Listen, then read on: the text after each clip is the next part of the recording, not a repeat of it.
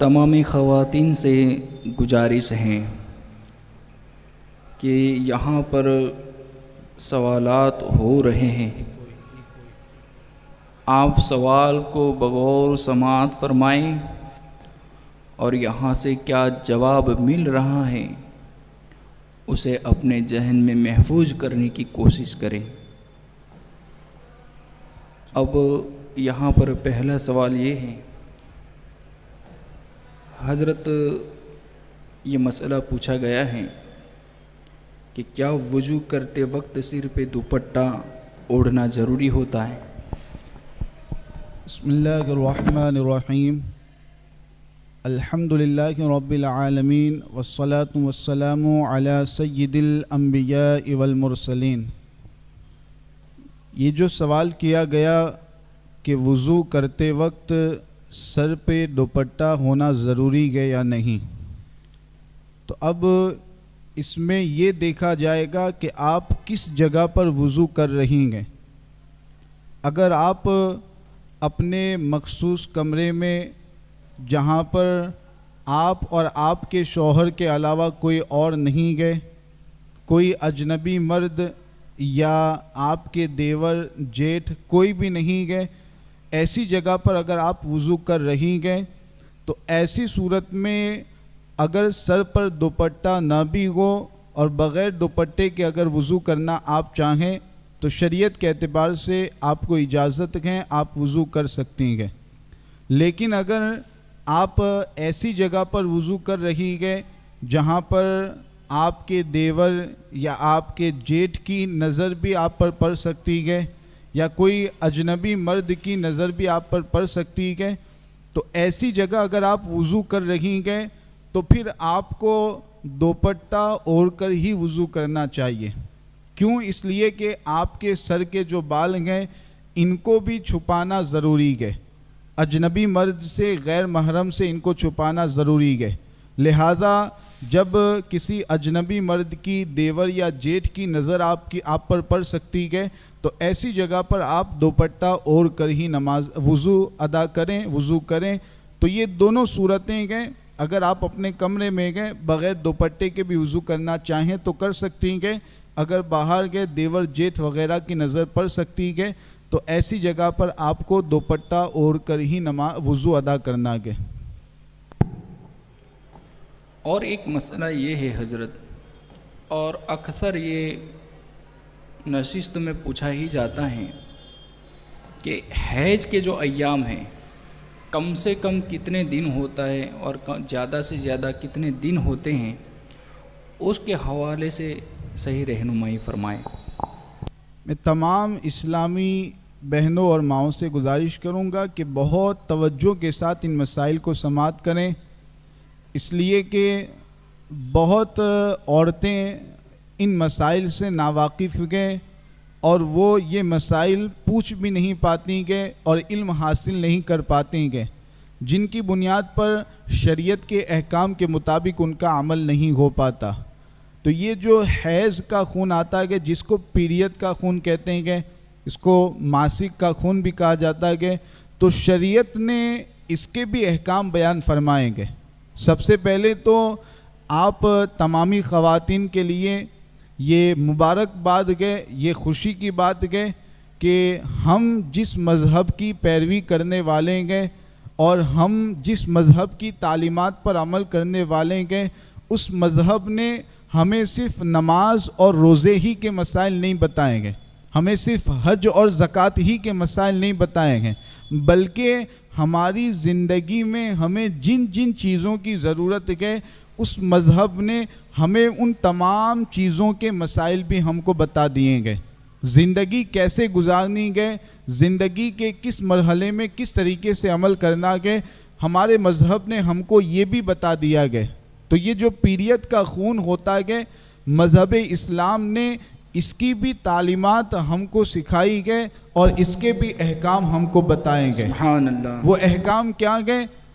حضور علیہ الصلاۃ والسلام کی حدیث پاک کا مفہوم ہے کہ جو حیض کا خون ہوتا ہے وہ کم سے کم 3 دن اور 3 رات یعنی مکمل 72 گھنٹے 72 گھنٹے مکمل یہ اس کی کم سے کم مقدار گئے، یعنی اگر 72 گھنٹے سے 1 منٹ بھی کم آتا گئے خون اور بند ہو جاتا گئے 72 گھنٹے سے پہلے تو پھر وہ حیض کا خون نہیں مانا جائے گا۔ تو کم سے کم اس کی مدت یہ گئے 72 گھنٹے، اور زیادہ سے زیادہ اس کی مدت 10 دن اور 10 راتیں۔ اگر 10 دن اور 10 راتوں کے بعد بھی خون آتا گئے تو پھر وہ حیض اور پیریڈ کا خون نہیں مانا جائے گا۔ تو یہ اسلام کی تعلیمات کے مطابق حیض اور پیریڈ کے خون کے جو ایام گئے وہ یہیں گئے، اور حیض کے خون کا مطلب کیا ہوتا گیا وہ بھی شریعت نے ہم کو بتایا گیا کہ پیریڈ کے خون میں آپ کیا کر سکتی ہیں کیا نہیں کر سکتی۔ تو حیض کے خون میں آپ نماز نہیں پڑھ سکتی گئے، روزہ نہیں رکھ سکتی گئے، قرآن کی تلاوت نہیں کر سکتی گئے، اور آگے جب حیض کے دن ختم ہوں گے تو جو نمازیں آپ نے ادا نہیں کی گئے وہ نمازیں تو معاف ہو جائیں گی، ان نمازوں کو دہرانے کی ضرورت نہیں ہے، لیکن جو روزے آپ نے چھوڑے تھے ان روزوں کی قضا بعد میں آپ کو کرنی پڑے گی۔ جیسے 4 روزے مثال کے طور پر حیض کے خون کی وجہ سے 4 روزے چھوٹ گئے تو بعد میں وہ 4 روزے آپ کو ادا کرنے پڑیں گے، لیکن وہ 4 روزوں کی جو نمازیں گئے ان نمازوں کو پڑھنے کی ضرورت نہیں ہے، وہ نمازیں معاف گئے۔ تو یہ حیض کے خون کے حوالے سے جو ایک اجمالی طور پر اس کے جو احکام گئے وہ میں نے آپ کے سامنے بیان کر دیے۔ لیکن کبھی حضرت ایسا ہوا کہ حیض آیا اور 3 دن اور 3 راتوں سے بالکل کم آیا، یعنی 72 گھنٹے سے جو مقدار ہے اس سے کم آیا، تو اس نمازوں کا کیا حکم ہوگا؟ اب ان 3 دن کے اندر جو خون بند ہو گیا اور اس کے بعد خون آیا ہی نہیں، تو وہ جو نمازیں چھوڑ دی تھی ان نمازوں کے حوالے سے حکم یہی رہے گا۔ سب سے پہلے تو یہ چیز ہے کہ جب تک 3 دن اور 3 راتوں تک یعنی 72 گھنٹے تک خون نہیں آئے گا وہ حیض کا خون تو مانا نہیں جائے گا۔ تو حیض کا خون نہیں مانیں گے تو ان دنوں میں تو وہ نماز ادا کر سکتی ہے۔ اب اگر بعد میں نماز پڑھ رہی تھی، بعد میں کیا ہوا 72 گھنٹے سے زیادہ خون آیا، تو اب وہ جو 3 دن کی نمازیں پڑھی تھی ان 3 دن کی نمازوں کی وہ 3 دن کی نمازیں اب چونکہ معاف ہی گئے حیض کے دن ہونے کی وجہ سے، تو ان نمازوں کو پھر سے پڑھنے کی ضرورت نہیں۔ اگر 72 گھنٹے کے اندر خون بند ہو گیا تو وہ پھر حیض کے دن ہے نہیں، لہٰذا ان دنوں کی جو نمازیں ادا کی گئے وہ بھی صحیح ہو جائے گی۔ جی اب حضرت ایسا ہوا کہ زیادہ سے زیادہ 10 دن کی مقدار ہے، جی اب 11 دن آیا تو 10 دن جو نماز ادا نہیں کی ہے تو اس کی قضا کرنی ہوگی یا پھر وہ معاف ہو جائے گی؟ اب اگر 10 دن سے زیادہ 11ویں دن 12ویں دن بھی خون جاری رہا تو اب اس میں 2 صورتیں ہیں۔ دیکھا جائے گا کہ اس سے پہلے جو عورت کو خون آیا گیا وہ کتنے دنوں تک آیا، اس سے اگلے والے مہینے میں وہ کتنے دنوں تک خون آیا گیا۔ اگر وہ خون 10 دنوں تک آیا گیا یا یہ جو خون آیا عورت کو پہلی ہی مرتبہ آیا گیا تب تو ٹھیک ہے، 10 دن کی نمازیں تو حیض کے دن مانیں گے تو 10 دن کی نمازیں معاف۔ جیسے ہی 10 دن مکمل ہوئے اب غسل کر کے نماز ادا کرنا وہ شروع کر دے گی۔ تو یہ کب گئے؟ جبکہ اس سے پہلے اس کو 10 دن خون آیا تھا یا یہ پہلی مرتبہ اس کو خون آیا۔ لیکن اگر اس عورت کو اس سے پہلے والے مہینے میں 10 سے کم دنوں تک خون آیا تھا، جیسے مثال کے طور پر اس سے پہلے خون آیا تھا 8 دنوں تک، اب اس مہینے میں خون آیا تو وہ 10 دن سے زیادہ 11ویں 12ویں دن بھی خون جاری رہا، تو اب جیسے ہی 10واں دن مکمل ہوا فوراً غسل کر کے وہ نماز اور روزہ شروع کر دے گی۔ اور پہلے جو 8 دن تک خون آیا تھا تو بیچ میں جو 2 دن گئے وہ حیض کے نہیں مانیں گے۔ 8 دن جو پہلے مہینے میں خون آیا تھا تو 8 دن حیض کے، بیچ میں 2 دن جو گئے وہ حیض کے نہیں مانے جائیں گے، لہٰذا ان 2 دنوں کی نماز قضا کرنا ضروری ہے، اور 11ویں دن سے تو نماز روزہ شروع ہی کر دینا ہے اس کو۔ جی تو اس طریقے سے اگر 10 دن سے زیادہ خون آتا گئے تو پھر یہ دیکھا جائے گا کہ اس سے پہلے والے خون میں کتنے دنوں تک خون آیا تھا۔ اگر 8 دن 7 دن 4 دن خون آیا تھا تو وہی مدت حیض کی ہوگی. باقی جو بیچ میں 10 کے اندر دن بچتے ہیں، جیسے 5 دن خون آیا تو 5 دن بچے، 6 دن خون آیا تو 4 دن بچے، 7 دن اس سے پہلے خون آیا تھا تو 3 دن بچے. تو یہ جو بیچ والے 3 دن ہیں، 4 دن کے، 5 دن کے، ان کی نمازوں کو قضا کرنا ضروری ہوگا. تو یہ بہت اہم مسئلہ ہے کہ اکثر عورتیں یہ مسئلہ نہیں جانتی کہ، تو اس کو اچھی طریقے سے سمجھ لیں اور اس کو عمل میں لانے کی بھی کوشش کریں. حیض کے ایام میں وہ مجلس میں آ سکتی ہے، جیسے کہ ہم یہاں پر سوال و جواب کی محفل یا پھر عید میلاد النبی صلی اللہ علیہ وسلم کے حوالے سے کوئی محفل سجی ہو تو اس میں جا سکتی ہیں؟ مجلس میں تو آ سکتی ہے، مسجد میں نہیں آ سکتی. جی. مسجد میں آنا یہ اس کے لیے جائز نہیں ہے. جیسے مثال کے طور پر اگر یہ علم تو نہیں ہے مجھے، لیکن اگر اتنا ہی حصہ مسجد میں گئے، اگر پہلے ہی سے نیت اتنا ہی ہے، تو یہ جو دروازے کے اندر والا حصہ کے پہلے ہی سے جب اس مسجد کو تعمیر کیا گیا تو اتنے ہی حصے میں مسجد کی نیت کی گئی تھی، اور باقی حصہ جو ہے اس کو مدرسے کے طور پر رکھا گیا. جی. مسجد میں اس کو شامل نہیں کیا. تو ابھی جو عورتیں بیٹھی ہوئی گئے، اگرچہ وہ پیریڈ کے خون کی حالت میں ہو، اس صورت میں بھی وہ یہاں پر آ سکتی ہیں. ہاں، یہ دروازے سے اندر والا جو حصہ ہے یہاں پر ان کو آنے کی اجازت نہیں ہوگی پیریڈ کے خون کی حالت میں. تو مجلس میں آ سکتی ہے، مسائل سن سکتی ہے، مسائل پوچھ سکتی ہے، ذکر کر سکتی ہے، درود پڑھ سکتی ہے، اوراد و وظائف پڑھ سکتی ہے. بس مسجد میں آنا اور قرآن کی تلاوت کرنا اس کی اجازت نہیں ہے. جی حضرت. موئے مبارک حضور علیہ الصلوۃ والتسلیم کا دیدار کر سکتی ہے حیض کے ایام میں؟ جی، موئے مبارک کی زیارت بھی کر سکتی ہے. بس وہی چیز ہے کہ مسجد میں زیارت کے لیے نہ آنا پڑے. اگر ایسا ہے تو پھر مسجد میں آنے کی اجازت نہیں ہوگی. اگر باہر کسی گھر میں یا مدرسے میں موئے مبارک کی زیارت کروائی جاتی ہے تو حالت حیض میں اس کی زیارت وہ کر سکتی ہے، اس میں کوئی حرج نہیں ہے. جی حضرت، ایک مسئلہ یہ ہے کہ کسی پر غسل فرض ہو چکا ہے اور برتن میں کچھ پانی رکھا ہوا ہے تو اس کو چیک کرنے کے لیے اپنا ہاتھ ڈال دیتے ہیں، تو کیا اس برتن میں جمع پانی سے غسل ہو جائے گا؟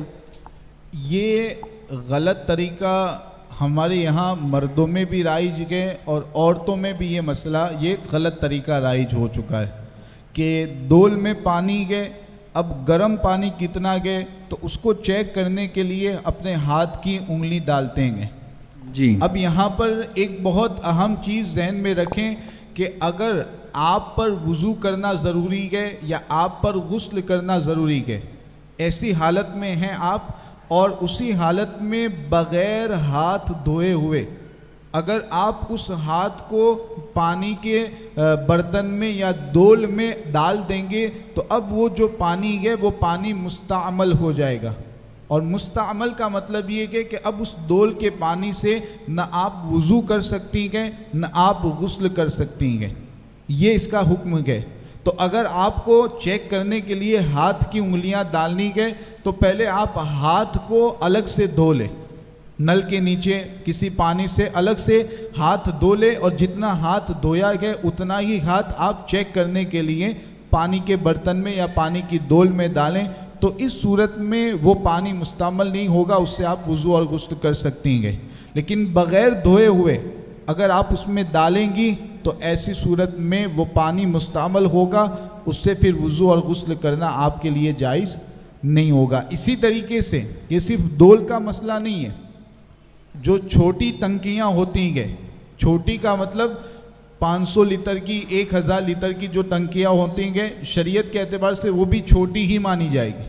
جی. تو اس کا بھی حکم بالکل ایسا ہی ہے، بغیر ہاتھ دھوئے ہوئے آپ اس میں انگلی ڈال دیں گی تو وہ پورا پانی جو 500 لیٹر یا 1000 لیٹر کی ٹنکی کا پانی ہے وہ پورا پانی مستعمل ہو جائے گا.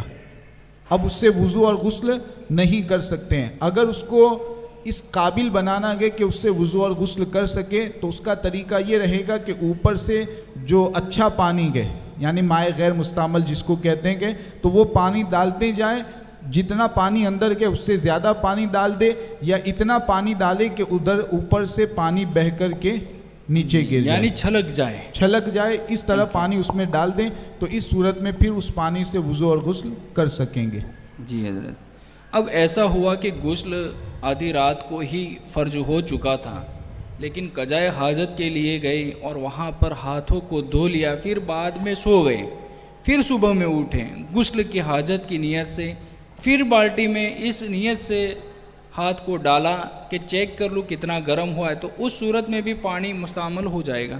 جب آپ سو چکے ہیں اور پہلے ہی سے آپ پر غسل تو ضروری ہے، تو ظاہر سی بات ہے کہ اگر آپ نے ہاتھ کو بعد میں دوبارہ اٹھنے کے بعد، جو آپ صبح میں غسل کرنے کے لیے اٹھیں گے، اس وقت اگر ہاتھ کو نہیں دھویا اور بغیر دھوئے ہوئے داخل کر دیں گے تو سونے کی وجہ سے آپ کا وضو ٹوٹ گیا تھا، تو یہ والا حصہ بھی ناپاک ہو گیا۔ تو اب اگر اس کو داخل کریں گے تو پانی مستعمل ہو جائے گا۔ تو ہاتھ ہمیشہ دھو لیا کرے۔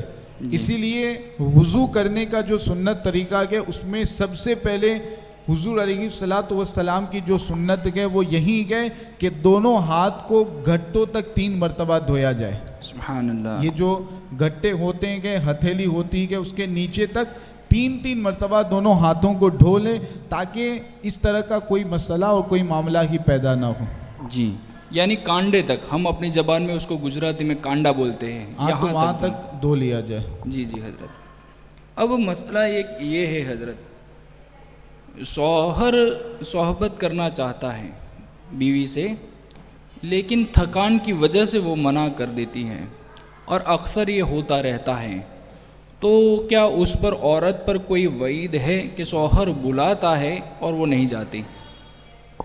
اب اس میں تو دونوں سے یہی مشورہ ہے کہ اپنے طور پر آپ اپنے حق کا بھی لحاظ کریں اور سامنے والے کے حق کا بھی لحاظ کریں۔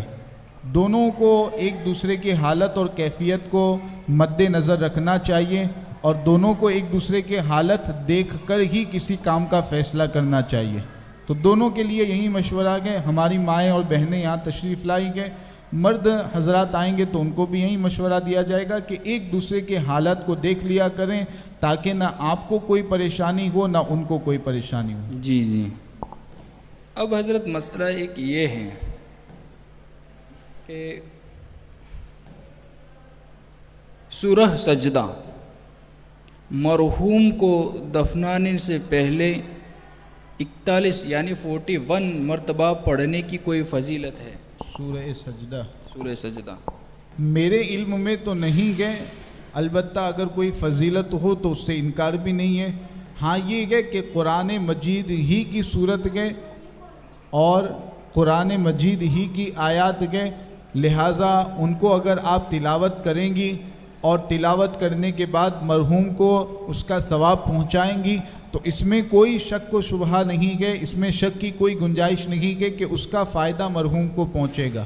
قرآن کی کوئی بھی آیت آپ پڑھیں اور اس کا ثواب مرحوم کو پہنچائے، میت کو پہنچائے، تو اس چیز کا ثواب مرحوم کو پہنچے گا۔ تو سورہ سجدہ بھی اگر آپ 41 مرتبہ پڑھتی گئے اور پھر اس کا ثواب مرحوم کو پہنچاتی گئے تو اس اعتبار سے تو فائدہ ہوگا کہ اس کا ثواب مرحوم کو پہنچے گا۔ اس کے علاوہ کوئی اور فضیلت ہے کہ نہیں، اس کے حوالے سے مجھے علم نہیں ہے۔ اب یہاں پر ایک سوال یہ پوچھا گیا ہے،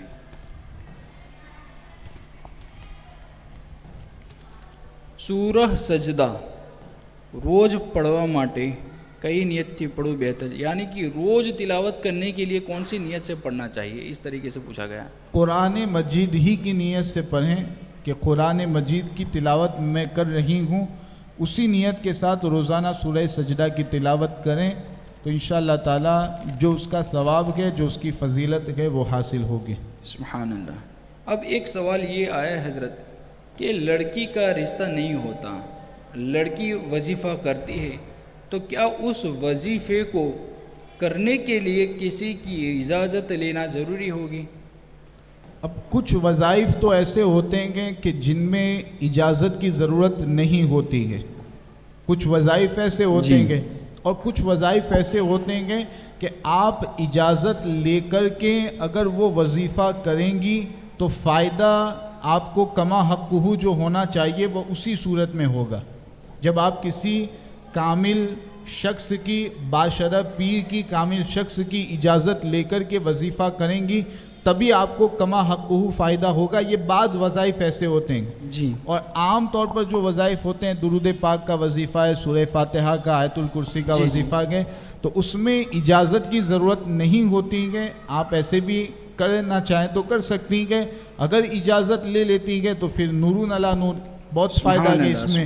جس بزرگ سے, جس باشرہ پیر سے آپ اجازت لیتی ہیں ان کا فیض بھی شامل ہو جائے گا. تو اجازت اگر لینے کا کوئی طریقہ ہے اور ممکنہ صورت ہے تو بالکل اجازت لے لی جائے تاکہ ان کا فیض کم سے کم ملتا رہے. بغیر اجازت کے بھی یہ عام جو وظائف ہوتے ہیں ان کو پڑھنا چاہیں تو پڑھ سکتی ہیں. سبحان اللہ. حضرت اس کے لیے پڑھنا کیا چاہیے کہ بچی کا رشتہ ہو جائے؟ سورہ فاتحہ 41 مرتبہ اور اول آخر 11 مرتبہ درود پاک. شروع میں 11 مرتبہ درود پاک اور اخیر میں 11 مرتبہ درود پاک اور بیچ میں 41 مرتبہ سورہ فاتحہ پڑھیں اور اس کے بعد پھر اللہ تعالیٰ کی بارگاہ میں دعا کریں. انشاءاللہ تعالیٰ جو بھی جائز مقصد ہوگا وہ پورا ہوگا. سبحان اللہ. حضرت کبھی کبھی ایسا ہوتا ہے اور ہم نے یہ سنا بھی ہے کہ کسی بچی کا رشتہ نہیں ہو پاتا یا پھر کسی لڑکے کا رشتہ نہیں ہوتا تو کچھ لوگ انہیں یہ مشورہ دیتے ہیں کہ دیکھیے تم بالکل پکے سنی کے ارادے سے بیٹھے نہ رہو بلکہ اس میں کچھ 19-20 یعنی کچھ ایسا سمجھیے کہ دیوبندی کی طرف ان کا نظریات زیادہ ہے یا انہی کی مسجد میں جاتا ہے, ایسے شخص سے بھی رشتہ کر لینا چاہیے. کب تک تم گھر پہ بیٹھی رہوں گی؟ ایسے تانے بھی دیے جاتے ہیں اور ایسے مشورے بھی دیے جاتے ہیں. اس کا کیا شرعی حکم ہوگا؟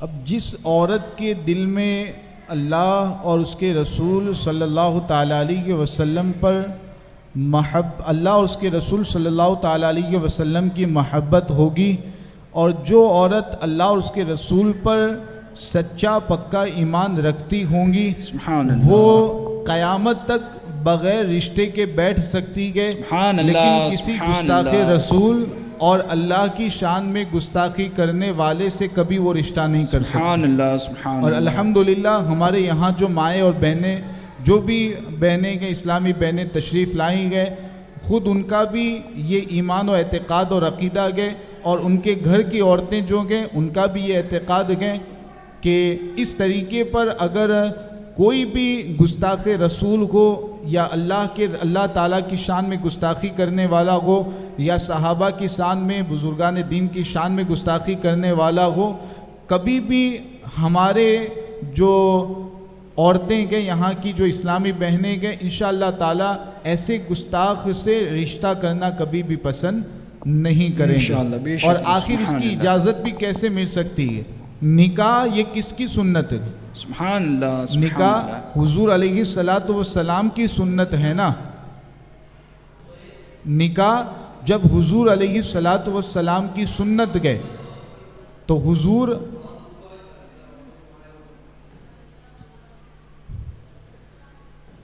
بارجن چیک کرو نا, بارجن چیک کرو تو سمجھ پر جی آپ بارجن چیک کرو تمہیں درود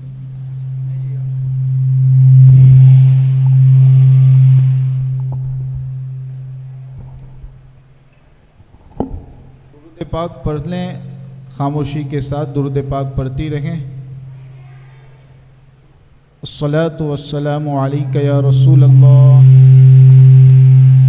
الصلاۃ والسلام علیک یا حبیب اللہ, الصلاۃ والسلام علیک یا نبی اللہ, الصلاۃ والسلام علیک یا نور اللہ, الصلاۃ والسلام علیک یا حبیب اللہ صلی اللہ تعالی علیہ وسلم, الصلاۃ والسلام علیک یا رسول اللہ, الصلاۃ والسلام علیک یا حبیب اللہ صلی اللہ تعالی علیہ وسلم.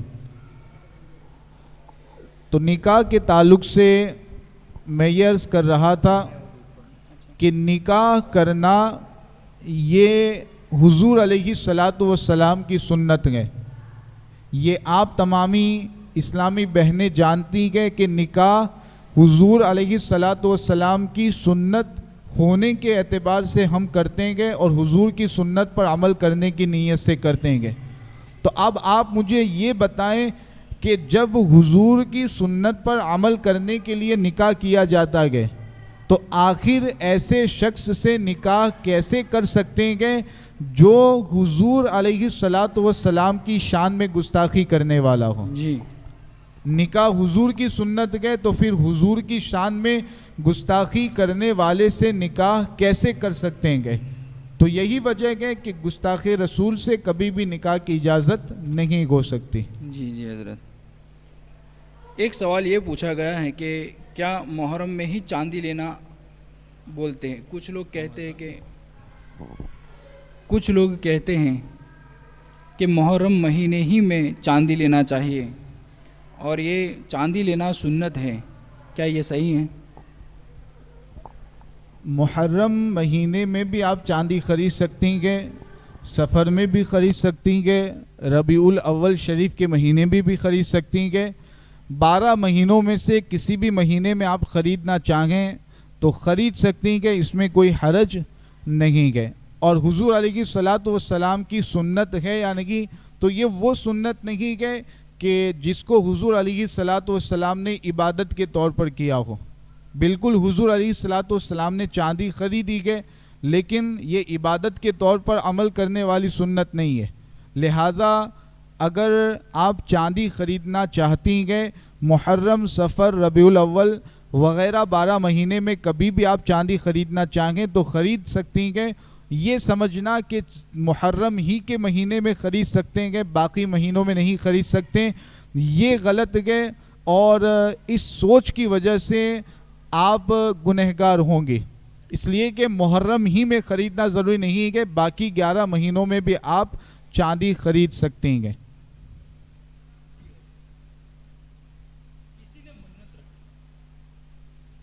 کسی نے منت رکھی کہ میرا فلاں کام ہو گیا تو میں یہ کروں گی، لیکن وہ بھول گئی، تو اب اس کا کیا حکم ہوگا؟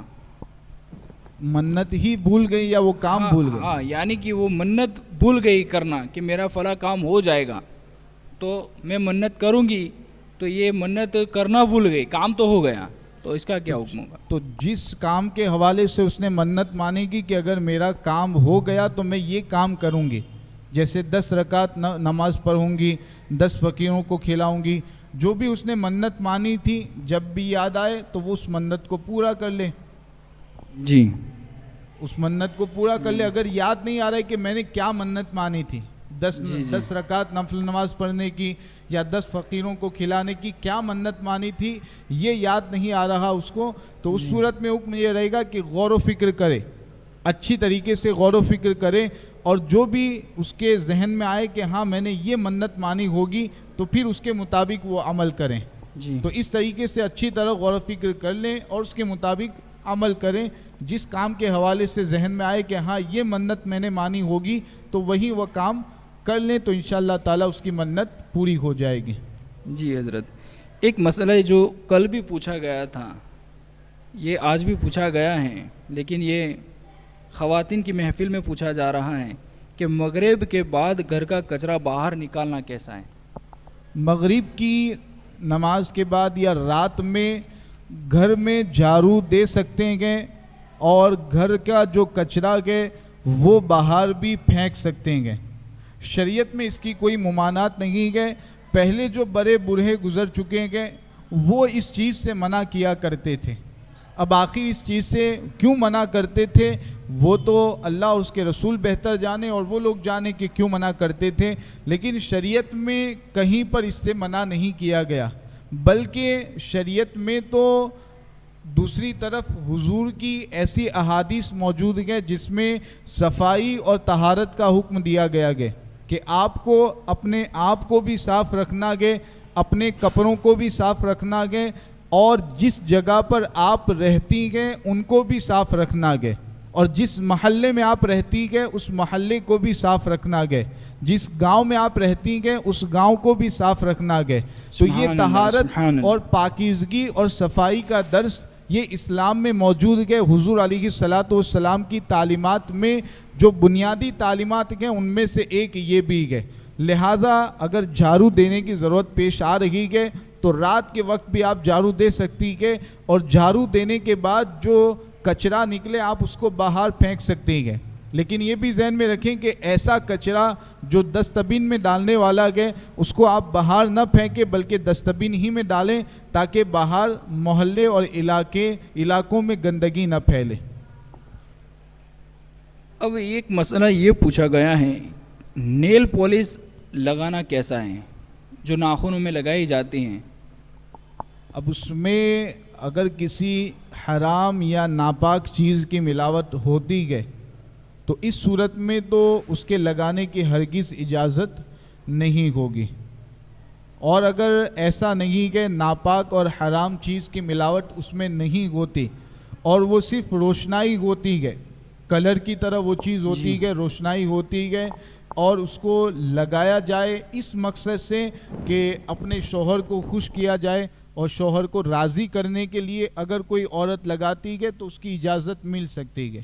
ورنہ آج کل جو اکثر یہ اس طرح کی چیزیں لگاتی ہیں عورتیں, اور مقصد یہ ہوتا ہے کہ لوگ میری طرف متوجہ ہو, لوگوں کی توجہ میری طرف ہو, تو یہ اگر مقصد ہے, یہ نیت ہے, تو پھر ہرگز اس کی اجازت نہیں ہو سکتی. اور اگر ناپاک اور حرام چیز کی ملاوٹ ہے اس میں تب تو مطلقاً اس کو لگانے کی اجازت نہیں ہوگی. جی حضرت, اب اس میں ہوتا یہ بھی ہے کہ جو نیل پالش لگائی جاتی ہے انگوٹھوں میں یا پھر ناخنوں کے اوپر, اس کی تر جم جاتی ہیں. تو تر جمنے کی بنیاد پر اگر غسل فرض ہوتا ہے, بالفرض مان لیا جائے کہ اس میں کوئی حرام چیز کی آمیزش نہیں ہے اور اس کو لگا دیا, لیکن اتنا اس پر تھر جم گیا, پڑ جم گیا کہ وہ غسل میں ناخن تک پانی نہیں پہنچتا, تو کیا غسل ہو جائے گا؟ اب وہ تو ایک روشنائی, جیسے قلم کی بال پین کی روشنائی ہوتی ہے ویسے ہی چیز ہوتی ہے نا, وہ جلد دار تو نہیں ہوتی, یعنی اس کو الگ کرنا چاہے تو وہ الگ تو نہیں ہوگی, وہ تو ایک روشنائی کی طرح ہوتے ہیں نا. جی اس طریقے سے جیسے بال پین کی روشنائی ہوتی ہے, بال پین کی شائن جو ہوتی ہے تو اسی طرح کی وہ چیز ہوتی ہے. اور اگر ایسی چیز جو جلد دار نہیں ہے, جس کی جلد نہیں ہے, جس کو آپ الگ نہیں کر سکتے, ایسی چیز اگر بدن پر لگی ہوئی ہے تو اس حالت میں بھی وضو اور غسل صحیح ہو جائے گا.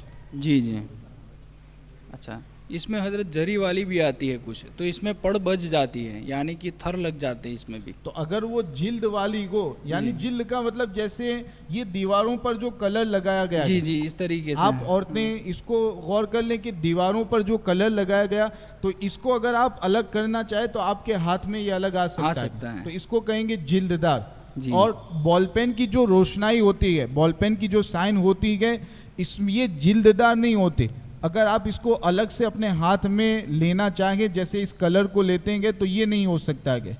تو اصل شریعت کا حکم اور ضابطہ یہ ہے کہ اگر کوئی جلد دار چیز, جلد والی چیز اگر کوئی بدن پر لگی ہوئی ہے اور اس کی وجہ سے پانی بدن پر نہیں پہنچ پاتا ہے تو وضو اور غسل میں اس کو چھڑانا ضروری ہوگا. اور اگر وہ جلد والی نہیں ہے, جیسے مہندی, عام مثال ایک سمجھنے کے لیے مہندی کا کلر لے لیں, جو مہندی کا کلر بدن پر لگ جاتا ہے تو یہ کلر ہوتا ہے جلد دار نہیں ہوتا, جلد اس کی نہیں ہوتی ہے کہ الگ سے آپ اس کو نکالنا چاہیے آپ کے ہاتھ میں وہ نظر آئے, ایسا نہیں ہو سکتا. یہ کلر جیسے ہوتا ہے ویسے ہی بال پین کی سیاہی جو ہوتی ہے, روشنائی ہوتی ہے, تو یہ ایسی چیزیں اگر بدن پر لگی ہوئی ہے تب بھی وضو اور غسل صحیح ہو جائے گا.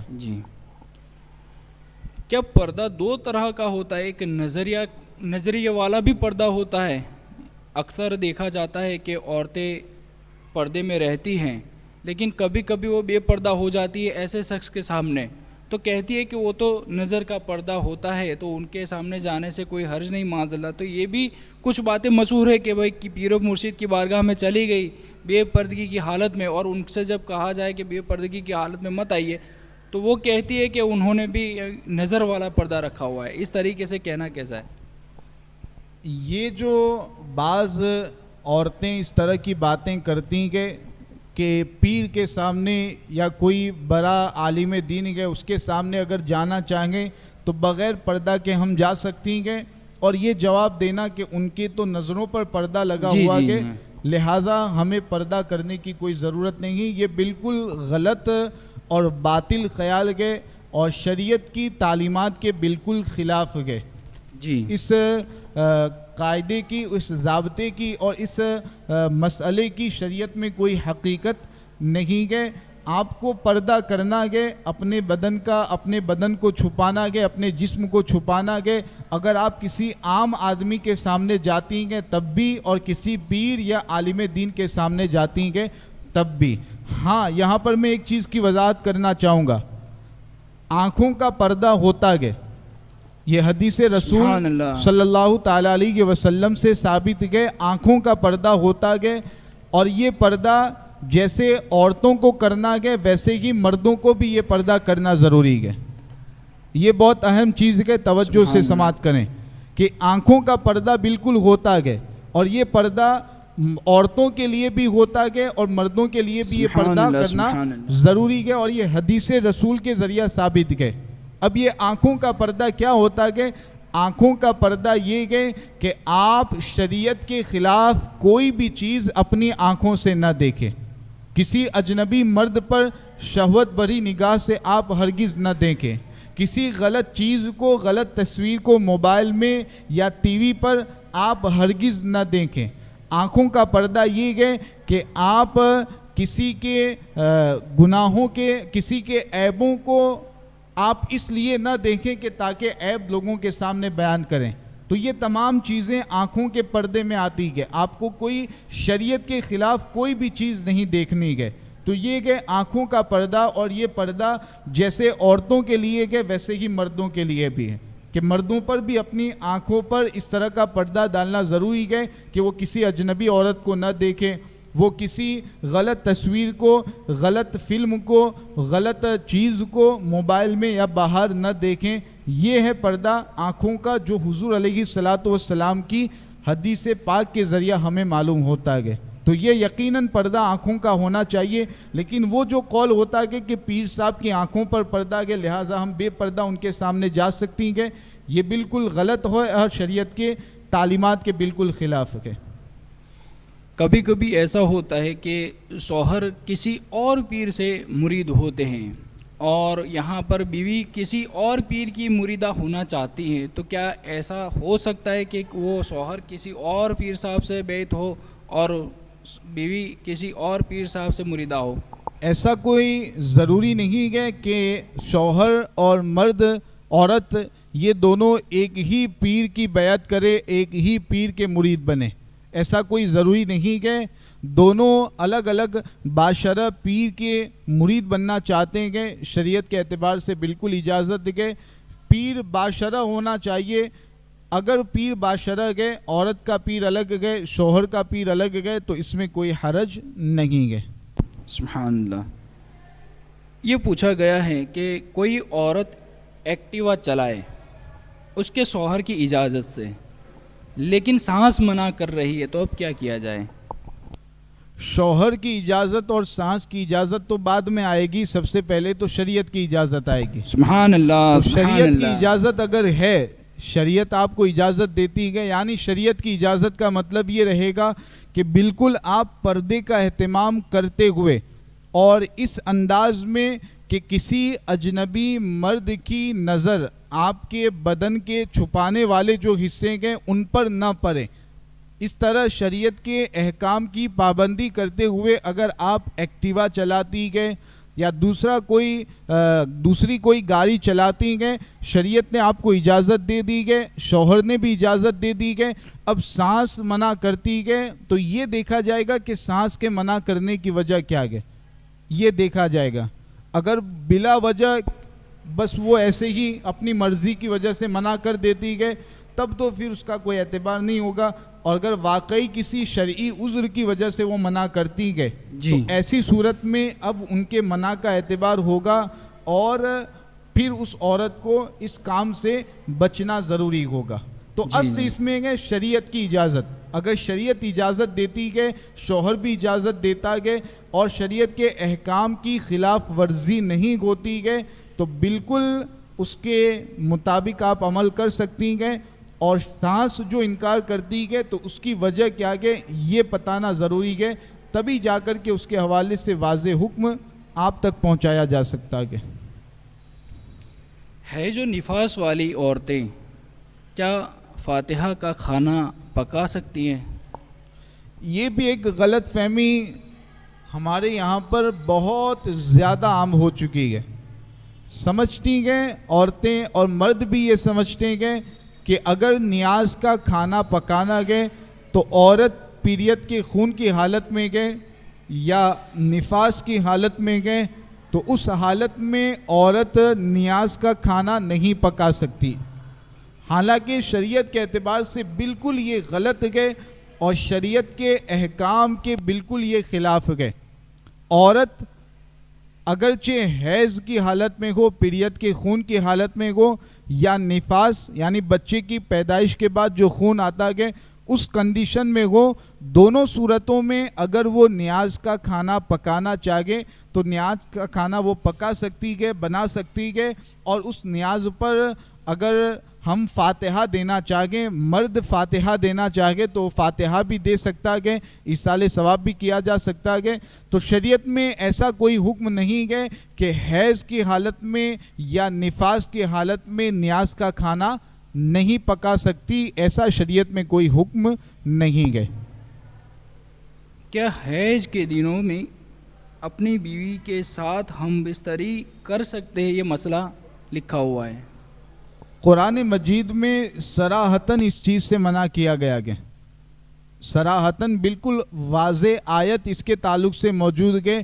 اللہ تعالیٰ کا ارشاد واضح طور پر اس کے تعلق سے موجود ہے کہ جو پیریڈ کے دن ہوتے ہیں ان دنوں میں ہم بستری کرنا یہ ناجائز اور حرام ہے. لہٰذا اس مسئلے کو ذہن میں رکھا جائے اور قرآن کے اس حکم پر مکمل طریقے سے عمل کرنے کی کوشش کی جائے. سبحان اللہ.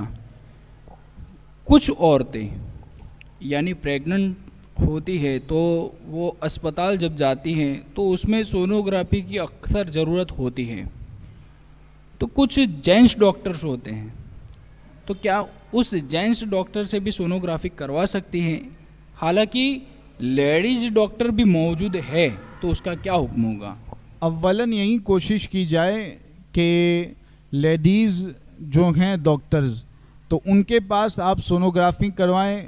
اور کوئی بھی اس طرح کا معاملہ ہے کہ آپ کے بدن کے کسی حصے کو کھولنا پڑے گا، دکھانا پڑے گا، تو جہاں تک ہو سکے اگر کوئی لیڈی ڈاکٹر موجود ہے تو آپ اسی کے پاس جا کر کے چیک اپ کروائیں، اسی کے پاس دکھائیں، سونوگرافی اسی کے پاس کروائیں. ہاں اگر ایسا معاملہ ہے کہ موجود کوئی لیڈی ڈاکٹر ہے ہی نہیں تو اس کنڈیشن میں اب شریعت کے اعتبار سے چونکہ آپ کو سونوگرافی کروانا ضروری ہے تو اتنی اجازت رہے گی کہ آپ کسی مرد ڈاکٹر کے پاس جا سکتی ہیں. لیکن آج کے زمانے میں آپ بھی جانتی ہیں کہ ہر جگہ پر لیڈی ڈاکٹر موجود ہوتی ہیں. لہٰذا آپ کو یہی کوشش کرنی ہے کہ آپ لیڈی ڈاکٹر کے پاس جائیں اور انہی کے پاس سونوگرافی کروائیں. کبھی کبھی کچھ عورتوں کو یہ معاملہ درپیش آتا ہے کہ وہ بیماری کی وجہ سے بچہ دانی نکلوا دیتی ہیں، لیکن کبھی کبھی اتنی بھی کوئی شدت نہیں ہوتی ہے کہ اس کو نکال ہی دینا ضروری ہوگا نہیں تو جان پر بنائے گی. بالکل معمولی سی بنیاد پر بھی لوگ بچہ دانی نکالنے کی کوشش کرتے ہیں. تو یہ کرنا کیسا ہے؟ قرآن مجید میں صراحتاً اس طرح کے احکام موجود ہے کہ اللہ تبارک و تعالیٰ نے جو تخلیق کی گئے، اللہ تبارک و تعالیٰ نے انسان کے جسم کے جو اعضاء بنائے گئے تو ان کو بدلنا، ان میں تبدیلی کرنا یہ جائز نہیں ہے. لہٰذا جو بچہ دانی ہوتی ہے، جس میں بچہ رہتا ہے، جس میں بچے کی پرورش ہوتی ہے، تو شریعت کے اعتبار سے عام حالات میں اس کو نکالنا ہرگز جائز نہیں ہے. بعض صورتوں میں بالکل سمجھیں کہ اس کو نکالے بغیر اب کچھ ہو ہی نہیں سکتا. ایسی کنڈیشن ہو چکی ہے کہ ایسی کوئی بیماری واقعی ہو چکی ہے کہ اس کو نکالنا ہی پڑے گا, اس کے بغیر کوئی چارہ کار نہیں, اس کے بغیر چھٹکارا حاصل ہو ہی نہیں سکتا. تو اس صورت میں بوجہ مجبوری کی بنیاد پر اجازت مل سکتی ہے, ورنہ عام حالات میں ہرگز اجازت نہیں ہے. اور وہ بھی مشورہ یہی ہے کہ اگر کسی عورت کو اس طرح کا مسئلہ پیش آتا ہے, اس طرح کا معاملہ پیش آتا ہے, خدا نہ کرے کسی کو اس طرح کا معاملہ پیش آئے, لیکن اگر اس طرح کا معاملہ پیش آتا ہے, ڈاکٹر یہ کہتا ہے کہ بچہ دانی نکالنی پڑے گی, تو سب سے پہلے آپ کسی مفتی صاحب سے رابطہ کریں, اپنی پوری صورت کو بتائیں, پوری صورتحال کو آپ بتائیں کہ ایسا معاملہ ہے, یہ پرابلم ہے. اب اس کے بعد جو وہ جواب دیں, جو وہ شریعت کا حکم بتائیں, اس کے مطابق آپ عمل کریں. ایک مسئلہ یہ بڑا اہم ہے, خواتین سے گزارش ہے کہ اس مسئلے کو توجہ کے ساتھ سنیں. اور یہ تھوڑا مسئلہ جو ہے ہم اپنی زبان میں گمبھیر مسئلہ کہتے ہیں, یہ بڑا پیچیدہ مسئلہ ہے, اور یہ سوال پہلے بھی ہو چکا ہے. حضرت بات میں کچھ لوگ, ایسا میں نہیں کہہ سکتا کہ اس نے یہ کہا ہے, اس نے یہ کہا ہے, لیکن جہاں تک میرا مشاہدہ ہے تو کچھ لوگوں کی زبان میں سے اگر کوئی کسی پر بہتان لگاتا ہے کہ فلاں نے یا پھر وہ فلی عورت نے کوئی کام کر دیا, یعنی بہتان ہوتا ہے, تو وہ چونک جاتی ہے اور اچانک سے بول دیتی ہے, ہائے رے یہ تو میرا اللہ بھی نہیں جانتا, معاذ اللہ. تو یہ کہنا کیسا ہے؟ اس طرح کے جملے بولنے سے بالکل پرہیز کیا جائے. اللہ تبارک و تعالیٰ کے حوالے سے یہ کہنا کہ اللہ بھی نہیں جانتا, تو یہ تو آپ بھی جانتی ہیں کہ بالکل یہ اتنا سخت جملہ ہے کہ اس پر اگر کوئی اعتقاد رکھ لے تو اس پر کفر کا حکم بھی لگ سکتا ہے. اللہ اکبر. اتنا سخت جملہ ہے, اس لیے کہ قرآن کریم میں جگہ جگہ پر یہ بیان کیا گیا ہے کہ اللہ تبارک و تعالی ہر چیز کو جاننے والا ہے, اللہ تبارک و تعالی ہر چیز کا علم رکھنے والا ہے. تو جب یہ قرآن میں صراحتاً ان باتوں کو بیان کیا گیا ہے تو اس طرح کا جملہ استعمال کرنا کہ اللہ تبارک و تعالی کو بھی نہیں معلوم یا اللہ تعالی بھی نہیں جانتا, تو اس طرح کا جملہ استعمال کرنا یہ بہت سخت ہے. اگر کوئی اعتقاد رکھتے ہوئے بولیں گی تو یہ کفر بھی ہو سکتا ہے. لہٰذا آپ تمامی خواتین سے گزارش یہی ہے کہ اس طرح کے جتنے جملے ہیں آپ ان سے اپنے آپ کو بھی بچائیں گے, دوسروں کو بھی بچانے کی کوشش کریں. اور علم حاصل اگر آپ کریں گی تو علم کے بعد آپ کو پتہ چل جائے گا کہ کون سا جملہ ہم استعمال کر سکتی ہیں, کون سا جملہ استعمال نہیں کر سکتی. یہی وجہ ہے کہ اس طرح کی محفلیں منعقد کی جاتی ہیں تاکہ آپ اپنے ضروریات کے جو مسائل ہیں, اپنے جو ضروری مسائل ہیں, ان مسائل کا علم حاصل کر سکیں اور پھر ان مسائل کی روشنی میں آپ اپنی زندگی کو گزار سکیں. جی, شوہر نے صحبت کی بیوی کے ساتھ اور کچھ دیر کے بعد ابھی غسل فرض ہی تھا کہ عورت کا انتقال ہو گیا, تو اسے کیا اچھا سمجھا جائے یا برا سمجھا جائے؟ حالانکہ اس سے یہ بات تو ثابت ہوتی ہے کہ میاں بیوی ایک دوسرے سے راضی تھے, لیکن کچھ لوگوں کے اندر یہ غلط فہمی ہوتی ہے کہ ایسی موت آئی کہ جس پر غسل فرض تھا. تو یہ حضرت صحیح رہنمائی فرمائے. یہ بالکل غلط خیال ہے. اگر اس کو کوئی برا سمجھتا ہے تو برا سمجھنے والا خود برا ہے شریعت کے اعتبار سے, اس لیے کہ شریعت میں اس کی کوئی حقیقت نہیں ہے.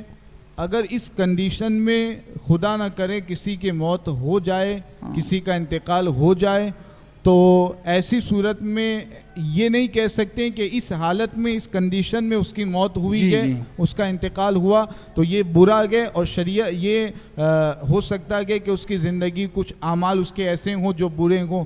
یہ سب باتیں کرنا یہ بالکل شریعت کی تعلیمات اور اسلام کی تعلیمات کے خلاف ہے.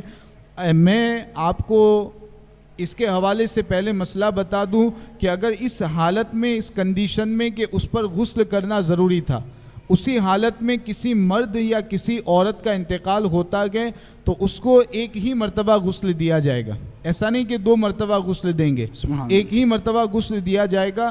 مرد کو اس پر غسل ضروری تھا, انتقال ہو گیا, تب بھی حکم یہی ہے. عورت کو تب بھی حکم یہی ہے.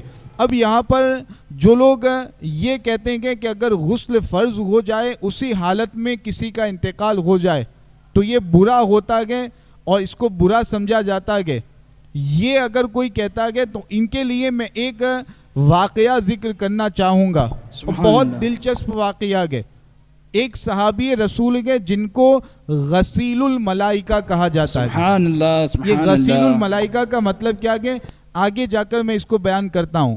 اس صحابی کا نام ہے حضرت حنظلہ رضی اللہ تعالی عنہ۔ سبحان اللہ، سبحان اللہ۔ حضرت حنظلہ، ان کو غسیل الملائکہ کہا جاتا ہے۔ اب آپ صحابہ کرام کا جذبہ جہاد اور صحابہ کرام کا جو ایک دین کی تبلیغ کے لیے، اسلام کی تبلیغ کے لیے جو جذبہ تھا اس کو آپ ملاحظہ کریں۔ حضرت حنظلہ رضی اللہ تعالیٰ عنہ کا نکاح ابھی کچھ ہی وقت ہوا تھا، ان کے نکاح کو زیادہ وقت نہیں ہوا تھا، کچھ ہی وقت ان کے نکاح کو ہوا تھا، اور اچانک حضور علیہ الصلوۃ والسلام کی طرف سے یہ اعلان ہوتا گیا کہ فلاں جنگ میں ہمیں جانا گیا، جہاد کے لیے ہمیں نکلنا گیا۔ اب حضرت حنظلہ ابھی ان پر غسل کرنا ضروری تھا، ابھی ان کا کچھ ہی دنوں پہلے نکاح ہوا تھا، کچھ ہی لمحوں پہلے نکاح ہوا تھا، ان پر غسل کرنا ضروری تھا، نئی شادی ہوئی تھی، پھر بھی اسی حالت میں انہوں نے یہ سوچا کہ اگر میں غسل کرنے جاؤں گا تو حضور علیہ الصلوۃ والسلام کے حکم پر عمل کرنے میں تاخیر ہوگی، لہٰذا اسی حالت میں وہ حضور علیہ الصلوۃ والسلام کے ساتھ جہاد کے لیے نکل گئے، جنگ کے لیے نکل گئے۔ ان پر غسل کرنا ضروری تھا، اور اللہ تبارک و تعالیٰ کی طرف سے یہ مقدر کیا ہوا تھا کہ اسی جنگ میں ان کی شہادت بھی ہو گئی۔ حضرت حنظلہ رضی اللہ تعالیٰ عنہ اسی جنگ میں ان کی شہادت ہو گئی۔ اب جب جنگ ختم ہوئی تو صحابہ کرام جو باحیات تھے، ابھی جو صحابہ کرام زندہ تھے، وہ دوسرے صحابہ کو تلاش کر رہے تھے جن کی شہادت ہو چکی تھی، جو انتقال کر چکے تھے، ان کے جسم کو، ان کی باڈی کو تلاش کر رہے تھے۔ تو حضرت حنظلہ رضی اللہ تعالیٰ عنہ کو تلاش کر رہے گئے، لیکن ان کی باڈی نہیں مل رہی ہے، ان کا بدن نہیں مل رہا ہے۔ کسی نے آ کر کے حضور علیہ الصلوۃ والسلام کی بارگاہ میں عرض کیا، یا رسول اللہ، حنظلہ کی باڈی ہمیں نہیں مل رہی، حنظلہ کا بدن ہمیں نہیں مل رہا ہے، وہ شہید ہو چکے ہیں لیکن ان کا بدن کہاں گئے؟ حضور علیہ الصلوۃ والسلام نے فرمایا کہ انہوں نے جو اللہ کی راہ میں جہاد کرنے کے لیے ان پر غسل کرنا ضروری تھا، اسی حالت میں جہاد کے لیے وہ فوراً چلے آئیں، تو اللہ تعالیٰ نے ان کو یہ اعزاز عطا فرمایا کہ اللہ نے اپنے مقدس فرشتوں کو بھیجا اور یہ حکم دیا کہ حنظلہ کو جا کر کے غسل دو۔ فرشتوں نے آ کر کے حضرت حنظلہ کو غسل دیا، اسی لیے ان کو غسیل الملائکہ کہا جاتا ہے، یعنی وہ صحابی جن کو ملائکہ نے، فرشتوں نے غسل دیا، ان کو غسیل الملائکہ کہا جاتا ہے۔